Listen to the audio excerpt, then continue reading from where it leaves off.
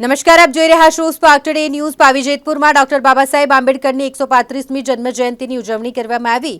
જય ભીમના નારા સાથે સમગ્ર પાવી જેતપુર નગર આંબેડકરમય બની ગયું। આતિશબાજી સાથે પુષ્પાંજલિ અર્પણ કરવાનું આયોજન કરવામાં આવ્યું હતું। આજે ભારત રત્ન ડોક્ટર બાબા સાહેબ આંબેડકરની 135મી જન્મ જયંતિ અને ત્યારે આંબેડકર ચોક ખાતે તેમની પ્રતિમાને પુષ્પાંજલિ અર્પણ કરવામાં આવી। વહેલી સવારથી જ નગરમાં મંગલમય વાતાવરણ હતું। સ્થાનિક ધારાશાસ્ત્રી લલિતચંદ્ર રોહિત અને તેમની ટીમ દ્વારા આંબેડકર ચોકને રંગબેરંગી ફૂલો અને સુશોભનથી સજાવવામાં આવ્યો છે।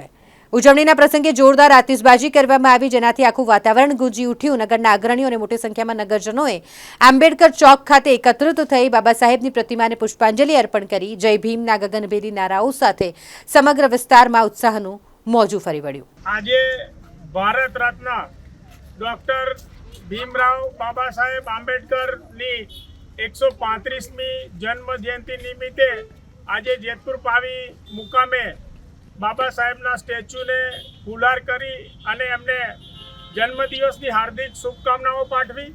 સાથે સાથે બાબા સાહેબના જે વિચારો છે એ દરેક સમાજે અનુસરવાના છે અને દરેક સમાજને સમરસતાના ભાવે જોઈ અને જે કોઈ કાર્યવાહી અને સામાજિક વ્યવસ્થાઓ જે બાબા સાહેબે કરી છે એ ખૂબ જ બહુ 100 વર્ષના વિચાર કરી અને આખું બંધારણ ભારત દેશને આપ્યું છે।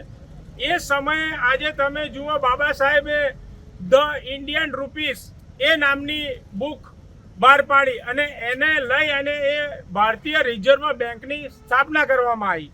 એવા અસંખ્ય છે। આજે માનનીય વડાપ્રધાનશ્રીએ પણ જ્યારે મહિલાઓ બાબતે અનામત આપવાની વાત થઈ તો એ પણ એક બાબા સાહેબનો અભિગમ હતો કે સ્વતંત્રતાની અંદર જે મહિલાઓ અને જે રીતે મહિલાઓનું યોગદાન હોવું જોઈએ એ જ પ્રમાણે આજે સાંસદમાં પણ યોગદાનની જે પ્રાવધાન કરવામાં આવ્યું છે એ પણ ભારતીય બંધારણની એક ખૂબ સરસ મજાનું લેખ અને એની ખૂબ સારી એવા આર્ટિકલો એ આજે દેશ આપણું જે બંધારણ છે એ આજે ભારત દેશનું સર્વશ્રેષ્ઠ બંધારણ, આવું આખા વિશ્વનું શ્રેષ્ઠ બંધારણ તરીકે આજે બાબા સાહેબના બંધારણને જોઈ અને સરકારો અને દરેક જિલ્લાઓ અને રાજ્ય ચાલી રહ્યા છે। એ જ પ્રકારે એમનું જે ભણતરની ડિગ્રીઓ છે, આ દિન સુધી પૂરા વિશ્વની અંદર એવો કોઈ માયકાલાલ જન્મ્યો નહીં કે જે બાબા સાહેબની હરોળની અંદર ઊભો રહે। એટલે આ તબક્કે અમે સમાજના જે આગેવાનો અહીંયા ઉપસ્થિત થયા છે એમને પણ જન્મદિવસની હાર્દિક શુભકામનાઓ પાઠવીએ છીએ અને આવી જ રીતે સમરસતા દેખાય એ જ ભાવ સાથે જય ભીમ, જય ભીમ, જય ભીમ।